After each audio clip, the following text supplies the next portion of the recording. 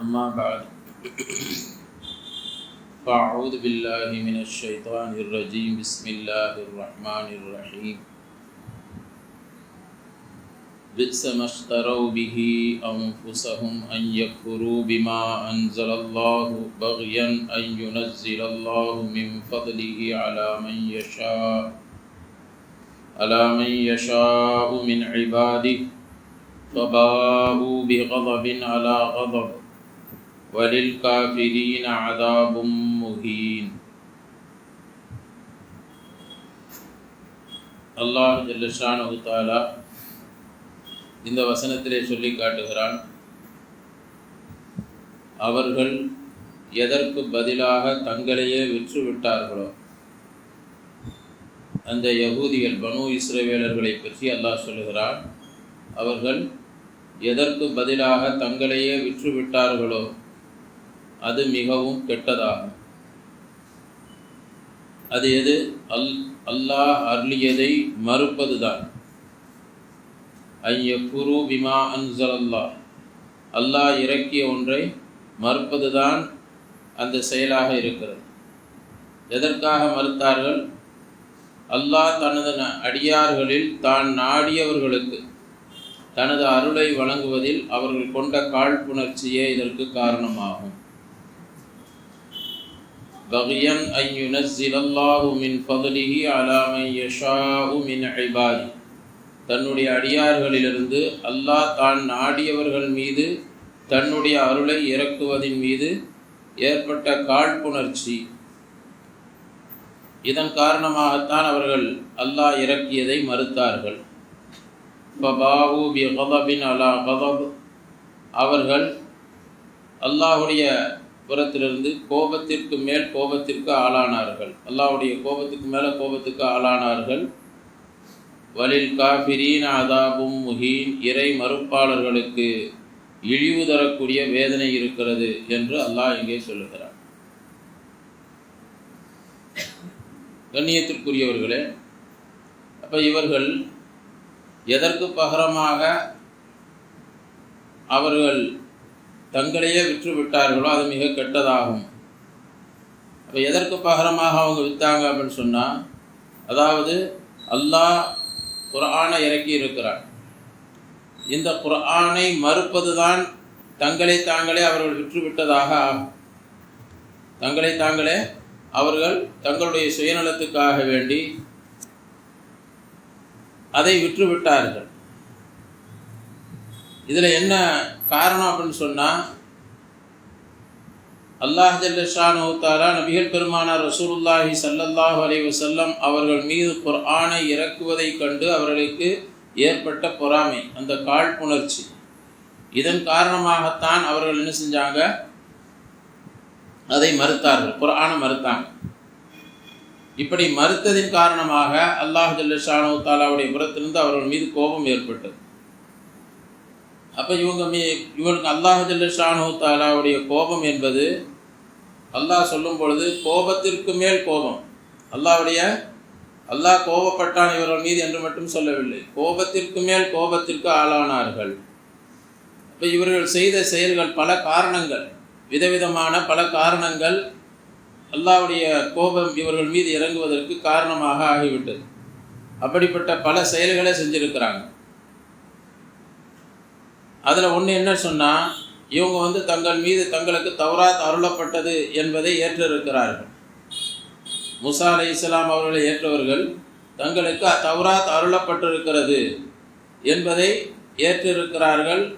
தௌராத் எங்களுடைய வேதம் என்று சொல்லுகிறார்கள்.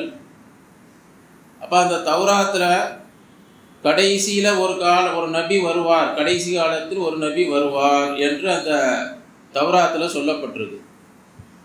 தௌராத்தில் கடைசி காலத்தில் ஒரு நபி வருவார் என்ற அந்த சுப செய்தி சொல்லப்பட்டிருக்கிறது. இப்போ அந்த நபி வருவாருங்கிற விஷயத்தை இவர்கள் என்ன செஞ்சாங்க? மறைச்சிட்டாங்க. அதை வெளியில் சொல்லாமல் மறைத்து விட்டார்கள். இப்படி மறைத்ததின் காரணமாக அல்லாஹ்வுடைய கோபத்திற்கு ஆளானார்கள். தங்களுடைய வேதம் என்று எதை சொல்லுகிறார்களோ, அப்போ அந்த வேதத்தில் சொல்லப்பட்டதையே என்ன செய்கிறாங்க? மறைக்கிறாங்கல்ல. அவங்க வேதம்னு அவங்களே ஏற்றுக்கொள்கிறார்கள். அப்போ அவங்க வேதத்தில் சொல்லப்பட்டதையே அவங்க மறுப்பதின் காரணமாக, மறைப்பதின் காரணமாக அவர்கள் அல்லாஹ்வுடைய கோபத்திற்கு ஆளானார்கள். முதலாவது. ரெண்டாவது, இதற்கு முந்தைய வசனத்தில் நாம் ஏற்கனவே இதற்கு முன்னால் சொல்லப்பட்ட அந்த வசனத்தில் அறிந்து கொண்டோம். அவங்க என்ன செஞ்சாங்கன்னு சொன்னால், நபி வருவதற்கு முன்னால், நபி ஸல்லல்லாஹு அலைஹி வஸல்லம் வருவதற்கு முன்னாலேயே இவர்கள் அந்த நபியின் பொருட்டால், அந்த நபியின் மீது இறக்கப்படக்கூடிய வேதத்தின் பொருட்டால் அல்லாஹ்விடத்தில் உதவி தேடக்கூடியவர்களாக இருந்தார்கள். அந்த நபியை ஈமான் கொள்ள வேண்டும் என்பதற்காக வேண்டித்தான் இவங்க மதீனாவில் குடியேறினாங்க அப்படிங்கிற விஷயத்தெல்லாம் இதற்கு முன்னால் நாம் அறிந்து கொண்டோம். மதீனாவுக்கு வந்ததே அவங்க என்ன செஞ்சாங்க, அந்த யூதர்கள் கடைசி காலத்தில் ஒரு நபி வருவார்னு தௌராத்தில் சொல்லப்பட்டிருக்கு. அந்த நபியை நாம் முதல்ல ஈமான் கொள்ளணும். மற்றவர்கள்லாம் ஈமான் கொள்வதற்கு முன்னாடி நாம் ஈமான் கொண்டு விட வேண்டும் அப்படிங்கிறது, அவர் மதீனாவில் தான் தங்குவார் அப்படிங்கிறதுலாம் அந்த வேதத்தில் சொல்லப்பட்டிருக்கிறதுனால வந்த உடனே நாம் முதல் மனிதராக ஈமான் கொள்ளணுங்கிறதுக்காகத்தான் மதீனாவுக்கு வந்தாங்க. அப்போ இந்த நபியை பற்றி, நபியினுடைய பொருட்டால் அந்த நபி வருவது உண்மை என்பதை நம்பி இருந்தாங்க. அப்போ அந்த நபி வருவார்னு தெரிஞ்சதுனால அந்த நபி கடைசியில் வரக்கூடிய நபியின் பொருட்டால் பல சமயங்களில் அல்லாஹ்விடத்தில் உதவி கேட்டு அந்த உதவி பெற்றிருக்கிறார்கள். இவர்கள் எதிரிகளிடத்தில் சண்டை போடும் பொழுது அந்த அல்லாஹ்விடத்தில் உதவி, அந்த நபியின் பொருட்டால் உதவி கேட்டு, அந்த வேதத்தின் பொருட்டால் உதவி கேட்டு வெற்றியும் அடைந்திருக்கிறார்கள். அப்படியெல்லாம் அடைந்தவர்கள், அதன் மூலமாக பலனடைந்தவர்கள் எப்போ அந்த நபி வந்தாரோ, எப்போ அந்த வேதம் அருளப்பட்டதோ, இப்போ என்ன செஞ்சாங்க, கண்கூடாக அதை பார்த்ததற்கு பிறகு அதை மறுக்க ஆரம்பித்தார்கள். அதை ஏற்றுக்கொள்ளாமல் மறுத்து விட்டார்கள், புறக்கணித்து விட்டார்கள். அப்போ அதுவும் இவர்கள் மீது அல்லாஹ்வுடைய கோபம் ஏற்படுவதற்கு காரணம். உண்மை என்று நம்பினதுனால தானே அதை பொருட்டால் துவா செஞ்சாங்க அல்லாட்ட.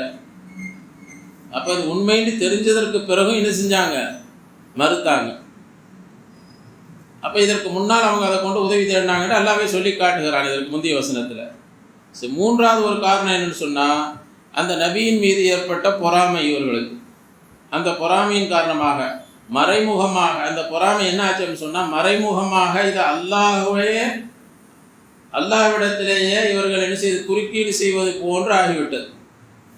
அல்லாஹ்வுடைய முடிவை எதிர்ப்பது போன்று ஆகிடும்.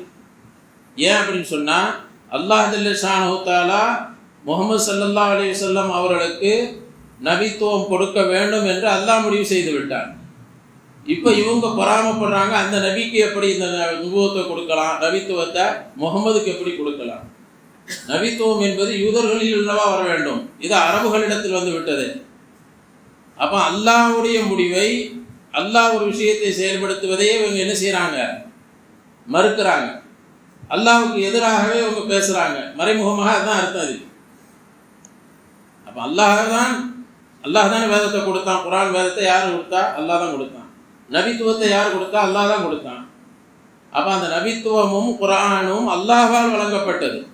அப்போ அது இந்த முகமதுக்கு அருளப்பட்டதை ஏற்றுக்கொள்ளல அப்படின்னு சொன்னால், அப்போ அல்லாஹ் கொடுத்தது தான் மறுக்கிறதாக ஆகும். அதனால் அல்லாஹ் ஜல்ல ஷானஹு தஆலாவுடைய கோபத்திற்கு இவர்கள் ஆளானார்கள். இப்படி பல காரணங்களால் அல்லாஹ்வுடைய கோபத்துக்கு இவர்கள் ஆளாகிறார்கள். அதனால தான் அல்லாஹ் சொல்கிறான், கோபத்துக்கு மேலே கோபத்துக்கு ஆளாகிவிட்டார்கள் என்று அல்லாஹ் சொல்லி காட்டுகிறான். சொல்லிவிட்டு கடைசியாக அல்லாஹ் இந்த வசனத்தின் கடைசியிலே சொல்லுகிறான், இந்த நிராகரிக்கக்கூடியவர்களுக்கு இழிவுபடுத்தக்கூடிய வேதனை இருக்கிறது என்று அல்லாஹ் சொல்லுகிறான். இழிவு தரும் வேதனை அவர்களுக்கு இருக்கிறது. அப்போ அந்த இழிவு தரும் வேதனை இருக்கிறது, காஃபிர்களுக்கு இழிவு தரக்கூடிய வேதனை இருக்கிறது என்று சொல்வதன் மூலமாக, அதாவது வேதனைகள் எல்லாமே இழிவு தரக்கூடியதாக இல்லை. வேதனைகள் எல்லாமே இழிவு தரக்கூடிய வேதனை கிடையாது. சிலருக்கு கொடுக்கப்படக்கூடிய வேதனை அவர்களை இழிவுபடுத்துவதற்காகவும் கொடுக்கப்படுகிறது என்பதை அல்லாஹ் இங்கே சுட்டி காட்டுகிறார். அப்போ காஃபிர்களுக்கு எந்த வேதனை கொடுக்கப்படுகிறதோ அது அவர்களை இழிவுபடுத்துவதற்காகவும் இழிவுபடுத்தும் நோக்கத்திலும் கொடுக்கப்படுகிறது. முஸ்லிம்களுக்கும் வேதனை கொடுக்கப்படும். அவர்கள் தவறு செய்ததற்காக தண்டிக்கப்படுவார்கள். மறுமையில் பாவம் செய்ததற்காக முஸ்லிம்களும் தண்டிக்கப்படுவார்கள். ஆனால் அதனுடைய நோக்கம் இழிவுபடுத்துவதல்ல, இவர்களை பரிசுத்தப்படுத்துவது.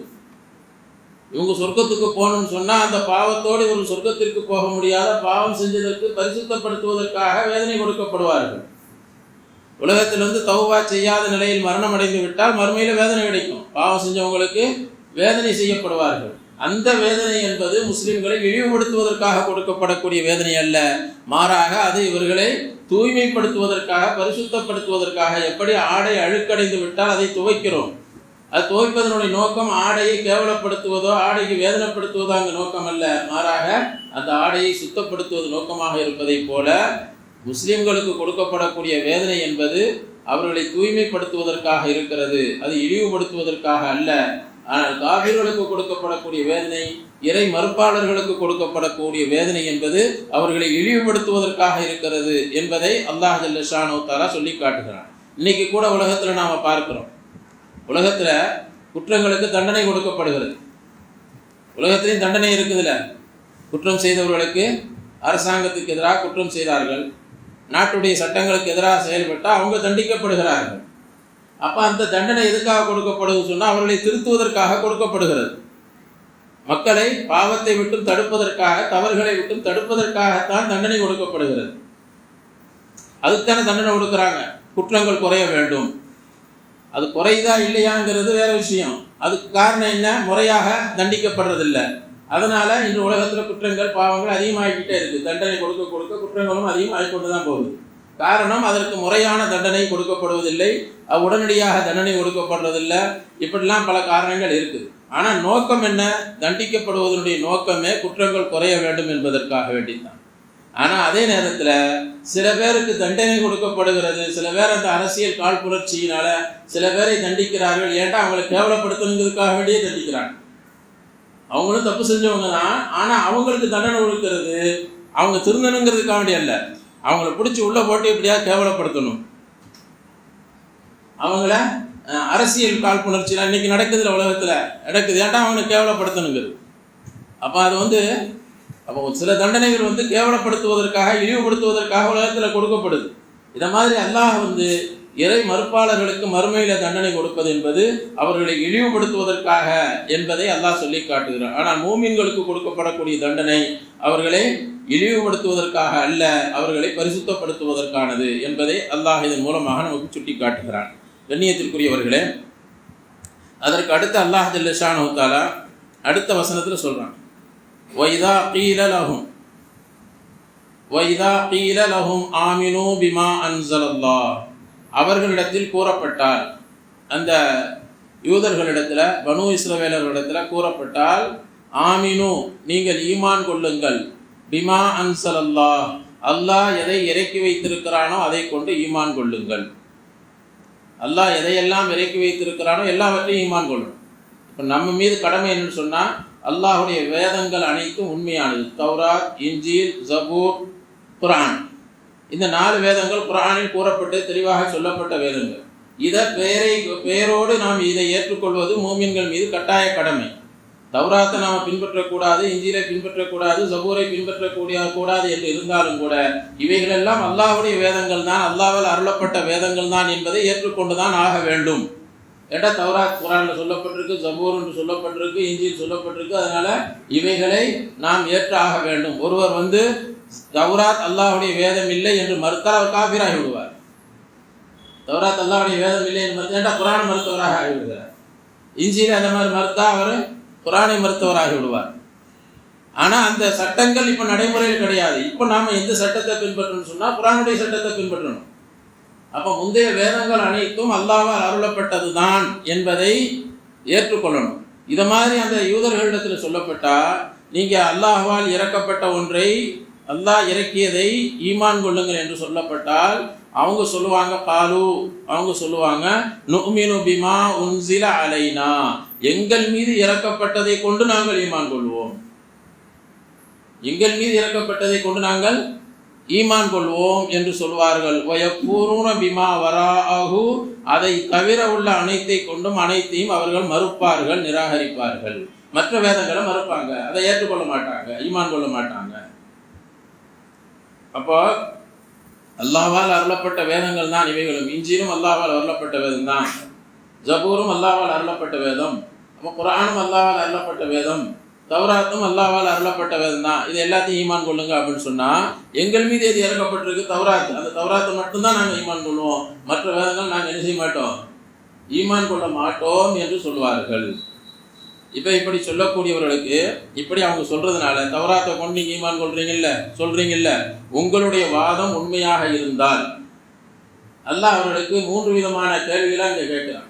அவங்க வாயடைக்கும் விதத்துல 3 கேள்விகள் அல்லாஹ் அவங்களிடத்துல கேட்கிறான். இந்த வசனத்தினுடைய தொடர்லேயே அந்த வசனத்திலேயே கேட்கிறான். வஹுவல் ஹக்கு முஸத்திகல் லிமா மஅஹும்.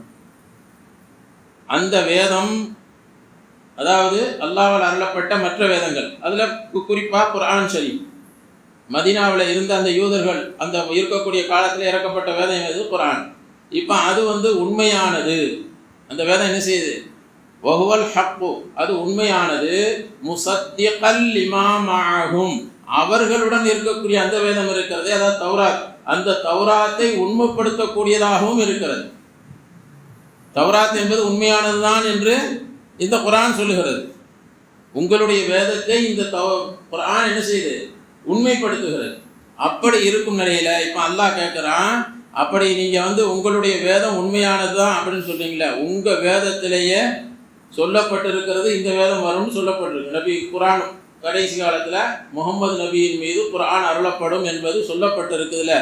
இப்போ அந்த வேதத்திலும் எந்த வேதத்தை பற்றி உங்களுடைய வேதத்தில் சொல்லப்பட்டிருக்கிறதோ அந்த வேதம் உங்கள் வேதத்தை உண்மைப்படுத்துது. அப்படி இருக்கும் பொழுது அப்போ ஏன் நீங்கள் இதை மறுக்கிறீங்க? நீங்கள் தௌராத்தை ஈமான் கொண்டவர்களாக இருந்தால் என்ன செய்யணும்? அப்போ கடைசி வேதத்தை ஏற்றுக்கொள்ளணும்ல. அப்படி இருக்க நீங்கள் ஏன் இதை மறுக்கிறீங்க? முதலாவது கேள்வி அல்லாஹ் கேட்குறான். அப்படி இருந்தால் நீங்கள் அதை தெளிவுபடுத்துவதற்காக அதை இந்த இதுக்கு உண்மையான வேதம் தானான்னு நீங்கள் தெளிவடையணும், அதை ஆராய்ச்சி செஞ்சு தெளிவடையணும். அதை விட்டுட்டு இதை நாங்கள் ஏற்றுக்கொள்ள மாட்டோம்னு மறுப்பது, அப்போ நீங்கள் தௌராத்தை ஏற்றுக்கொண்டதாக எப்படி ஆக முடியும்? தௌராத்தை தான் நாங்கள் ஈமான் கொள்வோம்னு சொல்வதாக இருந்தால் இதையும் நீங்கள் ஏற்றுக்கொள்ள வேண்டும். முதலாவது விஷயம். ரெண்டாவது அல்லாஹ் கேட்குறான், நீங்கள் அல்லாஹ் அடுத்த வசனத்தில் சொல்கிறான், குல் நபியை நீங்கள் கேளுங்க, ஃபலிம தக்துலூன அம்பியா அல்லாஹி மின் கபலு இன் குன்தும் முஃமினீன். ஃபலிம தக்துலூன், நீங்கள் ஏன் நபிமார்களை, அல்லாஹ்வுடைய நபிமார்களை கொலை செய்கிறீங்க? மின் கபல், இதற்கு முன்னால், இன் குன்தும் முஃமினீன், நீங்கள் உண்மையான முஃமின்களாக இருந்தால் நபிமார்களை ஏன் கொலை செய்கிறீங்க? அதாவது உங்களுடைய முன்னோர்கள் தான் கொலை செஞ்சாங்க. அந்த பனு இஸ்ரவேலர்கள் நபிமார்களை கொலை செஞ்சாங்க. இப்போ அல்லாஹ் கேட்குறான், நீங்கள் உண்மையிலேயே உங்கள் வாதப்படி தௌராத்தை ஈமான் கொண்டவர்களாக இருந்தால், தௌராத்தையும் நீங்கள் உண்மையான முறையில் இவங்க ஈமான் கொள்ளலை. அல்லாஹ் கேட்கறது, உங்கள் வாதப்படி நாங்கள் தௌராத்தை தான் நம்புவோம், அதை தான் ஈமான் கொள்ளணும்னு சொல்கிறீங்கல்ல, அப்படி உங்கள் வாதப்படி தௌராத்தை நீங்கள் ஈமான் கொள்ளக்கூடியவர்களாக இருந்தால் நபிமார்களை ஏன் கொலை செய்கிறீங்க? ஏன்டா அந்த வேதங்களிலும் உங்களுடைய வேதத்திலும் தௌராத்திலும் கூட நபிமார்களை கொலை செய்கிறதா அனுமதிக்கப்பட்டிருக்குதா? நபிமார்களை கொலை செய்கிறது பெரிய குற்றம் என்பது அந்த வேதத்திலும் சொல்லப்பட்டிருக்கிறது. நபிமார்களை கேவலப்படுத்துவதோ இழிவுபடுத்துவதோ அவர்களுக்கு துன்பம் கொடுப்பதோ இதுவெல்லாம் என்னது? பெரிய குற்றம் என்பது உங்கள் வேதத்தில் சொல்லப்பட்டிருக்குல்ல, தௌராத்தில். நீங்கள் தௌராத்தை ஈமான் கொண்டவர்களாக இருந்தால் அப்புறம் ஏன் நபிமார்களை கொலை செய்கிறீங்க? அல்லாஹ் கேட்குறான். அப்போ இது நீங்கள் நேரடியாக தௌராத்தையே நிராகரிப்பது தான். இதனுடைய அர்த்தம் என்ன? தௌராத்தையே நீங்கள் மறுக்கிறீங்க, தௌராத்தோடு நீங்கள் குஃப்ரு செய்து கொண்டிருக்கிறீர்கள் என்று அல்லாஹ் ஜல்ல ஷானஹு வ தஆலா இதில் சொல்லி காட்டுகிறான். மேலும் அல்லாஹ் ஜல்ல ஷானஹு வ தஆலா அடுத்த வசனத்தில் சொல்கிறான், வலகத் ஜாஅக்கும் மூஸா பில் பையினாத்தி சும்ம தஹத்துமுல் இஜ்ல மின் பஅதிஹி வ அன்தும் ஸாலிமூன். வலகத் ஜாஅக்கும் மூஸா பில் பையினாத். நீங்கள் தௌராத்தை ஏற்றுக்கொண்டதாக சொன்னீங்களே, தௌராத்தை மட்டும்தான் ஈமான் கொள்ளுவோம் உங்கள் வாதம் உண்மையாக இருந்தால், அல்லாஹ் சொல்கிறான், வலகத் ஜாஅக்கும் மூஸா பில் பையினாத். மூஸா அலைஹிஸ்ஸலாம் தெளிவான அத்தாட்சிகளை உங்களுக்கு கொண்டு வந்தார். தான் நபி என்பதற்கு தெளிவான அத்தாட்சிகளை கொண்டு வந்தார். என்ன அத்தாட்சி அப்படின்னு சொன்னால், அவர்களுக்கு வேதம் தௌராத் கொடுக்கப்படுவதற்கு முன்னால் நபித்துவம் கொடுக்கப்பட்டுருச்சு. நபித்துவம் கொடுக்கப்பட்ட உடனேயே அவர்களுக்கு வேதம் அருளப்படவில்லை. நபித்துவம் கொடுக்கப்பட்டு கொஞ்ச காலத்துக்கு பிறகுதான் அவர்களுக்கு தௌராத் வேதம் அருளப்பட்டுச்சு. அது சம்மந்தமாகலாம் நாம் முன்னாடி ஆரம்பத்தில் சொல்லியிருக்கோம். அது சம்மந்தமாக தௌராத் எப்படி அவங்களுக்கு இறங்குச்சுங்கிற விஷயத்தை. அப்போது அந்த நேரத்தில் மூஸா அலைஹிஸ்ஸலாம் தன்னை நபி என்று நிரூபிப்பதற்காக பல அத்தாட்சிகளை கொண்டு வந்தார். என்ன கொண்டு வந்தார்? செய்து காட்டினார்னு சொன்னால், அசா, தன்னுடைய கையில் வச்சுருந்த அந்த அசா குச்சி இருக்குதுல்ல, அதை கீழே போட்டால் அது பாம்பாக மாறுது, கையில் பிடிச்சா தடியாக மாறுகிறது. இதை மாதிரி ஒரு செயல்லாம் செஞ்சு காட்டியிருக்கிறார். அப்போ இவர் நபிங்கிறதுக்கு அத்தாட்சியாக செஞ்சார். ரெண்டாவது, அவர் கையை சட்டைக்குள்ளே விட்டு எடுத்தால் கை பிரகாசமாக வெண்மையாக ஆகுது. இது ஒரு அற்புதம் செஞ்சு காட்டினார். அதே மாதிரி கடல் தண்ணீரை பிளந்து காட்டினார். குச்சால் அடித்தார், உங்களுக்கு பாதை ஏற்பட்டது, 12 பாதை ஏற்பட்டு நீங்கள் அந்த தண்ணீரை கடந்து வந்தீங்க. கண்கூடாக இதுவெல்லாம் பார்த்துருக்குறீங்க. இந்த அற்புதங்கள் எல்லாம் பார்த்தீங்கல்ல. அல்லாஹ் கேட்குறான், மூசா அலைஹிஸ்ஸலாம் தெளிவான அத்தாட்சிகளை உங்களுக்கு கொண்டு வந்தார். நபி என்பதற்கு இதெல்லாம் ஆதாரம், அத்தாட்சி. அப்போ அதற்கு பிறகு என்ன செஞ்சீங்க? சும்மத் தஹத்துமுல் இஜ்ல மின் பாதிஹி, அதற்கு பிறகு கன்றுக்குட்டியை நீங்கள் வழிபடும் தெய்வமாக ஆக்கி கொண்டீர்களே, வழிபடும் தெய்வமாக ஆக்கி கொண்டீர்களே. நீங்கள் வான்தும் வாலிமூன், நீங்கள் அநியாயக்காரர்களாக இருக்கிறீர்கள். இப்போ அல்லாஹ் இதில் என்ன கேட்குறான் அப்படின்னாக்கா, தௌராத்தை கொள்கிறோம் அப்படின்னு சொல்கிறவர்களாக இருந்தால் அப்போ ஏன் இப்படி கன்றுக்குட்டியை திரும்ப தெய்வமாக நீங்கள் ஏற்றுக்கொண்டீங்க? மூசா அலைஹிஸ்ஸலாத்து நபியாக ஏற்றுக்கொண்டவர்கள், அப்போ கன்றுக்குட்டியை இப்படி எதற்காக வேண்டி நீங்கள் இப்படி தெய்வமாக வழிபடக்கூடிய தெய்வமாக நீங்கள் ஏற்றுக்கொண்டீர்கள் என்று அல்லாஹ் ஜல்ல ஷானஹு தஆலா அவர்களிடத்தில் அடுத்த கேள்வியை முன்வைக்கிறான். கண்ணியத்திற்குரியவர்களே, அப்போ அல்லாஹ் ஜல்ல ஷானஹு தஆலா இதன் மூலமாக அவர்களுடைய வாதத்தை முறியடிக்கிறான். அவங்க வாதம் என்ன? நாங்கள் தௌராத்தை மட்டும்தான் ஈமான் கொள்வோம்னு சொன்னாங்கல்ல, நீங்கள் தௌராத்தையும் ஈமான் கொள்ளலை. நீங்கள் தௌராத்தையும் ஈமான் கொள்ளலை. தௌராத்தை ஈமான் கொள்பவர்களாக இருந்தால் இப்படிப்பட்ட செயல்களை எல்லாம் என்ன செஞ்சிருக்கக்கூடாது. அப்போ இந்த செயல்களை எல்லாம் நீங்கள் செய்கிறீங்க. கண்ணியத்திற்குரியவர்களே, அப்போ ரசூலுல்லாஹி ஸல்லல்லாஹு அலைஹி வஸல்லம் அவர்களுடைய காலத்தில், குர்ஆன் இறங்கக்கூடிய காலத்தில், இப்போ இவங்க இந்த கன்றுக்குட்டியை தெய்வமாக ஏற்றுக்கொண்டதெல்லாம் குர்ஆன் இறங்கக்கூடிய காலத்தில் உள்ளதல்ல. இது எப்போ ஏற்பட்டுச்சு? மூசா அலைஹிஸ்ஸலாமுடைய காலத்தில் ஏற்பட்டுச்சு. ஆனால் அல்லாஹ் இப்போ கேட்குறது யாரை பார்த்து கேட்குறான்?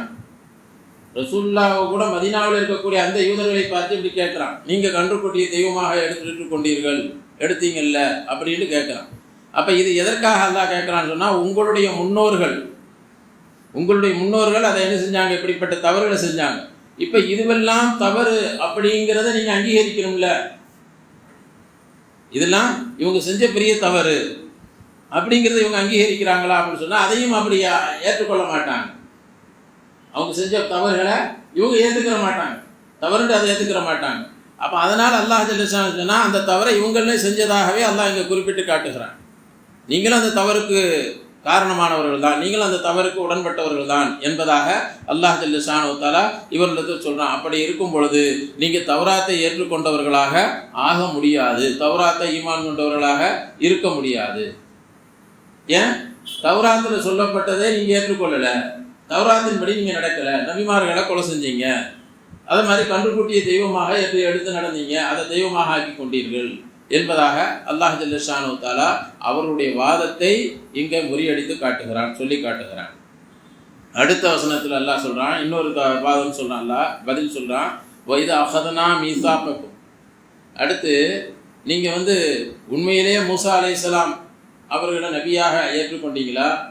அதே மாதிரி தௌராத்தை உண்மையிலேயே மனப்பூர்வமாக நீங்கள் ஏற்றுக்கொண்டிருக்கிறீங்களா அப்படின்னு சொன்னால், உங்களுடைய முன்னோர்களுடைய செயல்பாடுகளை வச்சு நாங்கள் சொல்கிறோம், நீங்களும் உண்மையான முறையில் அவங்க செஞ்ச மாதிரி தான் உங்களுடைய எண்ணமும் இருக்குது, உண்மையான முறையில் நீங்கள் தௌராத்தை ஏற்றுக்கொள்ளலை.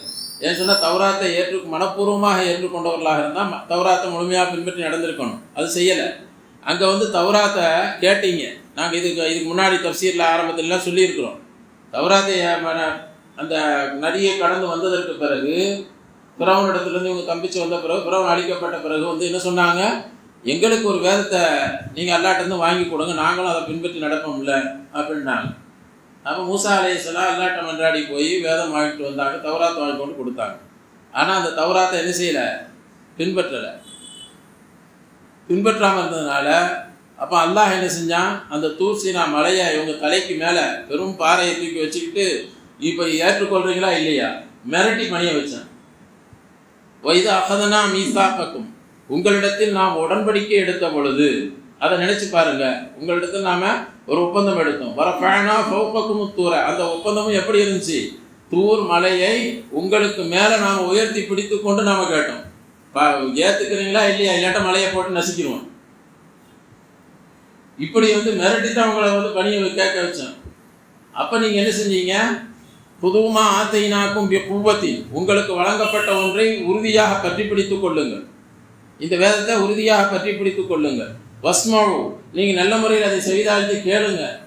இப்படியெல்லாம் நாம் உங்களிடத்தில் சொன்னோம். ஆலு, அப்பா அவர்கள் சொன்னார்கள், சமிஅனா, நாங்கள் செவியுற்றோம். நாவில் சொன்னாங்க, நாக்கில் தான் நாங்கள் கேட்டுக்கிட்டோம். ஏன்டா அந்த மழை தலையில் விழுறதை வந்து தப்பிக்கணும்ல, அப்போ அதுக்கான நாங்கள் செவியுற்றோம் அப்படின்னு சொன்னார்கள். வா அசைனா, ஆனால் உள்ளுக்குள்ள என்ன செஞ்சாங்க, நாங்கள் மாறு செய்தோம், நாங்கள் அதெல்லாம் செயல்படுத்த மாட்டோம் அப்படின்னு சொன்னாங்க. அப்போ உண்மையிலேயே நீங்கள் தௌராத்தை ஏற்றுக்கொள்ளவராக இருந்தால் ஏன் இவ்வளோ மிரட்டலுக்கு நீங்கள் ஆளானீங்க? மிரட்டி பணிய வைக்க வேண்டியது வந்துச்சு. தௌராத்தை கொண்டு ஈமான் கொள்பவர்களாக இருந்தால் என்ன செஞ்சுருக்கணும்? தௌராத் உங்களுக்கு அருளப்பட்ட உடனேயே அதன்படி செயல்பட்டுருக்கணும். செயல்படாமல் மலையை தூக்கி வச்சு உங்களை மிரட்டி அதை ஏற்றுக்கொள்ள வைக்க நிலைமைக்கு இருந்துச்சு. அப்போ நீங்கள் தௌராத்தை ஈமான் கொண்டவர்களாக எப்படி ஆக முடியும் என்று அல்லாஹ் கேட்கிறான். மேலும் அல்லாஹ் சொல்லுகிறான், வ உஷ்ரிபு ஃபி குலூபிஹிமுல் இஜ்ல, அவர்களுடைய உள்ளங்களில் அந்த கன்றுக்குட்டியினுடைய பிரியத்தை அவர்களுக்கு புகட்டப்பட்டது. அவருடைய உள்ளத்தில் கன்றுக்குட்டியுடைய பிரியம் ஏற்பட்டு விட்டது. பிகுஃப்ரிஹிம், அவர்களுடைய நிராகரிப்பின் காரணமாக, அந்த கன்றுக்குட்டியினுடைய பிரியம் அவருடைய உள்ளத்தில் புகட்டப்பட்டது என்று அல்லாஹ் சொன்னான். அதாவது அந்த கன்றுக்குட்டியை இவங்க என்ன செஞ்சாங்க சொன்னால், நதியை கடந்து வந்ததற்கு பிறகு மூசா அலைஹிஸ்ஸலாத்திட்ட கேட்டாங்க. மூசா அலைஹிஸ்ஸலாத்திட்ட என்ன கேட்குறாங்க, மற்றவங்கள்லாம் ஒவ்வொரு சிலைகளை வச்சு வணங்கிக்கிட்டு இருக்கிறாங்களே, எங்களுக்கு இதை மாதிரி ஏதாவது ஒன்று ஏற்பாடு செஞ்சு கொடுங்க. ஒரு கன்றுக்குட்டியை எங்களுக்கு நீங்கள் செஞ்சு கொடுத்தீங்களா, அதை மாதிரி ஒன்று செஞ்சால் அதை நாங்கள் என்ன செஞ்சுருப்போம், பார்த்து வணங்கிக்கிட்டு இருப்போம்லன்னாங்க. அப்போ மூசா அலைஹிஸ்ஸலாம் அதை இவங்களை கடுமையாக கண்டித்து தௌபா செய்ய சொன்னாங்க. ஆனால் இவங்க அங்கே தௌபா செஞ்சது கூட முழுமையாக உள்ளத்திலிருந்து தௌபா செய்யலை. உள்ளத்திலிருந்து அந்த தௌபா பாவ மன்னிப்பும் கேட்கலை. உள்ளத்தில் அந்த பிரியம் இருந்துச்சு. நம்மளுக்கும் இந்த மாதிரி ஒரு ஏதாவது கன்றுக்குட்டி மாதிரி ஒன்று இருந்துச்சுன்னா, பசுமாடு மாதிரி ஏதாவது இருந்துச்சுன்னா அதை நினைச்சிக்கிறோம், வணங்கிக்கிட்டு இருப்போம்ல அப்படிங்கிற எண்ணம், அந்த ஆசை உள்ளத்தில் இருந்துக்கிட்டே இருந்துச்சு.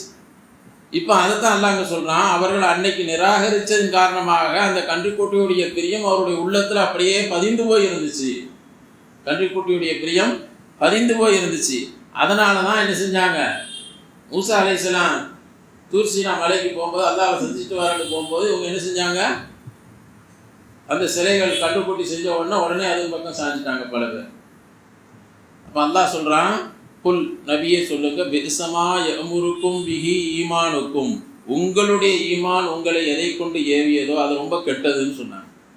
சொல்லிடுங்க அவங்கள்ட்ட, உங்களுடைய ஈமான் ஏன் சொல்ல சொன்னால், நீங்கள் எதை ஈமான்னு சொல்கிறீங்களோ, நீங்கள் உண்மையில் ஈமான் கொள்ளலை, தௌராத்தை நாங்கள் ஏற்றுக்கொண்டோம் ஈமான் கொள்கிறோம்னு சொல்கிறீங்கல்ல, அப்படிப்பட்ட உங்களுடைய ஈமான் உங்களுக்கு இதைத்தான் ஏவி இருக்குது அப்படின்னு சொன்னால், கன்றுக்குட்டியை வணங்கணுங்கிறத, அதே மாதிரி இந்த நபியை மறுக்க வேண்டும், நபி ஸல்லல்லாஹு அலைஹி வஸல்லம் அவர்களையும் குர்ஆனை மறுக்க வேண்டும் என்றெல்லாம் உங்களுடைய ஈமான் சொல்லுதுன்னு சொன்னால் அது ரொம்ப கெட்ட செயல், அது ரொம்ப கெட்டது. ஏன்னு சொன்னால் அந்த ஈமான் உண்மையான ஈமான் இல்லை.